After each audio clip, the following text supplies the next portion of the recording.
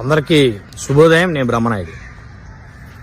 ఈరోజు ఉదయం early morning ఒక ఫ్రెండ్ కాల్ చేశాడు గుంటూరు జిల్లాకి సంబంధించి. అయితే గుంటూరు జిల్లాకి సంబంధించి కేవలం ఒకే వర్గం రాజ్యం ఏలుతుందని, కూటమిలో ఉన్నటువంటి మిగిలిన వర్గాలని కనీసం మనుషులుగా కూడా చూడటం లేదని, గుర్తించటం లేదని చెప్పేసి చెప్పినటువంటి పరిస్థితి. ఏంటని ఒకసారి గుంటూరు జిల్లాకు సంబంధించి నామినేటెడ్ పదవులు అన్నీ కూడా చెక్ చేస్తే అంటే అతను చెప్పింది నిజమేననేటువంటిది చాలా స్పష్టంగా అర్థమైంది. ఉమ్మడి గుంటూరు జిల్లాలో ఉన్నటువంటి నియోజకవర్గాల్లో దాదాపు ఒక 17 వరకు అసెంబ్లీ నియోజకవర్గాలు ఉన్నాయి. అందులో కేవలం ఒక సత్తెనపల్లి మినహాయించి మిగతా నియోజకవర్గాల్లో మెజారిటీ నియోజకవర్గాలు చంద్రబాబు నాయుడు గారి సామాజిక వర్గం వాళ్ళే ఎమ్మెల్యేలుగా ఉన్నటువంటి పరిస్థితి. అయితే సరే, నామినేటెడ్ పదవుల్లో అయినా సరే మరి మిగిలిన వర్గాలకి ఏమైనా అవకాశం ఇస్తున్నారా పెద్ద ఎత్తున అని చూస్తే అలాంటి పరిస్థితులు కానీ ఆ వాతావరణం కానీ ఎక్కడ కూడా కనపట్టలేదు. ఎగ్జాంపుల్, గుంటూరు మేయర్ పదవి చూసుకుంటే ఆ పదవి కాపు సామాజిక వర్గం వారికి ఇస్తారు అనేటువంటి ఒక ప్రచారం జరిగింది. కానీ ఆ ప్రచారం పూర్తిగా నిర్వీర్యమైపోయింది. కోవెలమూడి నాని గారు చంద్రబాబు నాయుడు గారు సామాజిక వర్గానికి చెందినటువంటి వ్యక్తి, ఆయనకే ఆ పదవి కట్టబెట్టారు. అయితే అంతకు ముందు వరకు మేయర్గా ఎవరున్నారు? కావటి మనోహర్ నాయుడు గారు. ఆయన వైఎస్ఆర్ కాంగ్రెస్ పార్టీలో జగన్మోహన్ రెడ్డి గారి నాయకత్వంలో మేయర్గా పనిచేశారు.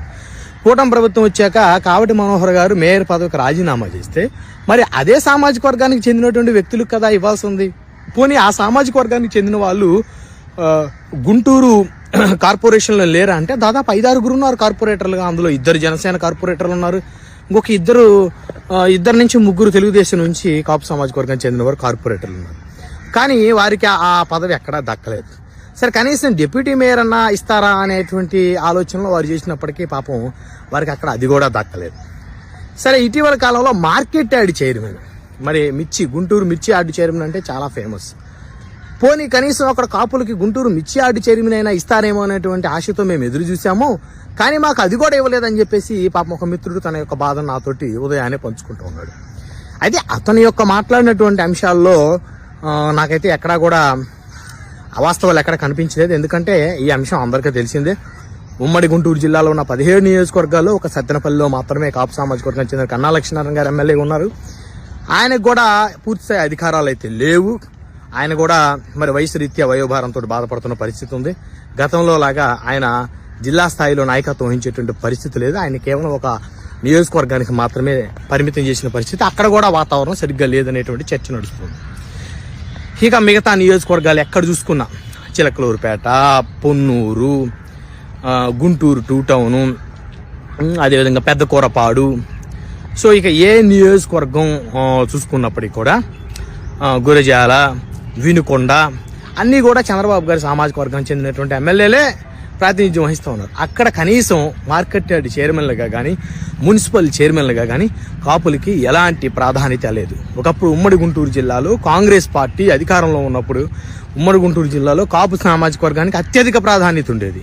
ఆ సామాజిక వర్గానికి చెందిన వాళ్ళే జిల్లాలో కీలకమైనటువంటి మంత్రులుగా ఉండేవాళ్ళు. ఆ సామాజిక వర్గానికి చెందినటువంటి వాళ్ళే నగర అధ్యక్షులుగా కాంగ్రెస్ పార్టీకి సంబంధించి, జిల్లా యువజన విభాగం అధ్యక్షులుగా, అదేవిధంగా ఎమ్మెల్యేలుగా ఉంటూ వచ్చినటువంటి ఆనాటి పరిస్థితులు, వైభోగాలు మొత్తం కూడా మరి ఈరోజు ఉమ్మడి గుంటూరు జిల్లాలో అత్యంత దైనందినమైన పరిస్థితులు మేము ఉన్నామని చెప్పేసి ఒక మిత్రుడు నాతోటి తన ఆవేదన చెప్తా ఉన్నాడు. అయితే నేనేం చెప్పానంటే, మీ ఆవేదన నాతో కాదు మీరు చెప్పుకోవాల్సింది.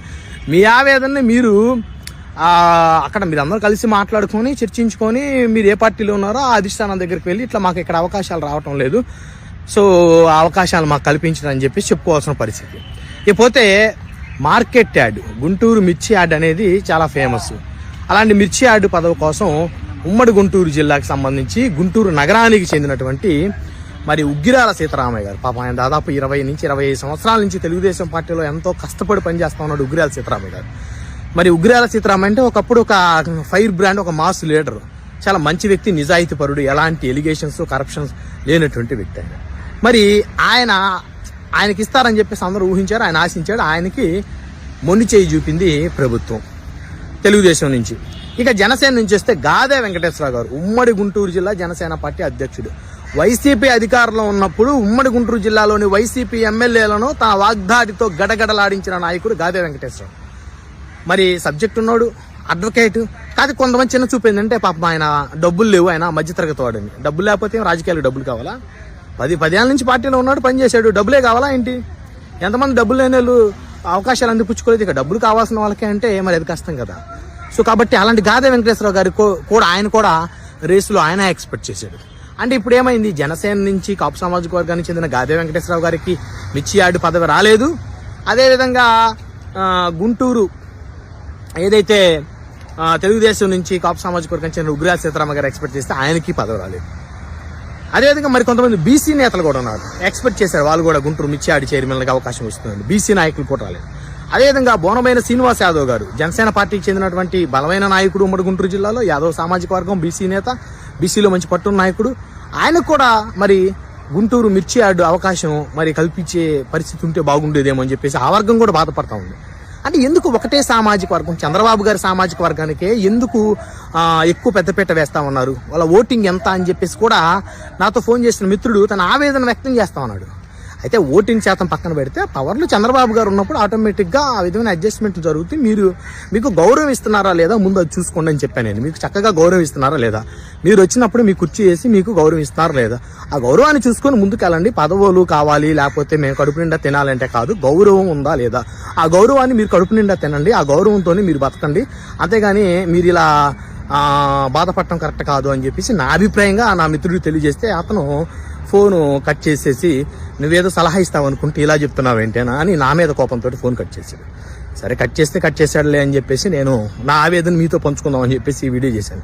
నిజంగా ఏంటంటే తప్పేముంది, ఇప్పుడు అన్ని వర్గాలకి పదవులు రావాలంటే రావు. కొన్ని వర్గాలు అధికారంలో ఉండాలంటే, కొన్ని వర్గాలు పల్లకిలో కూర్చోవాలంటే, కొన్ని వర్గాలు పల్లకి మోయాలి. అందరం పల్లకి ఎక్కుతా ఉంటే పల్లకి మోసేది ఎవరు?